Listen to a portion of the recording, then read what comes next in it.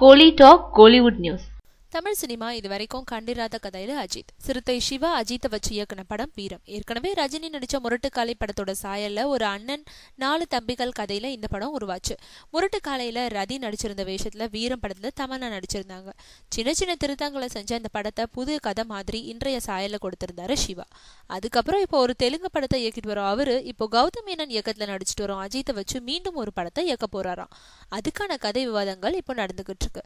அந்த படம் பத்தி சிறுத்தை சிவா சொல்லும் பொழுது, வீரம் படத்துக்கு அஜித் நல்ல ஒத்துழைப்பு கொடுத்தாரு. முக்கியமா பைக் கார்னு ஓட்டுன அவரை மாட்டு வண்டி ஓட்ட வச்ச அவரும் எந்தவித தயக்கமும் காட்டாம ப்ரொஃபஷனல் மாட்டு வண்டி ஓட்டுனர் போலவே நடிச்சாரு. அதனால அடுத்து அவரை வச்சு இன்னொரு புதுமையான கதையை படமாக்க போறேன்.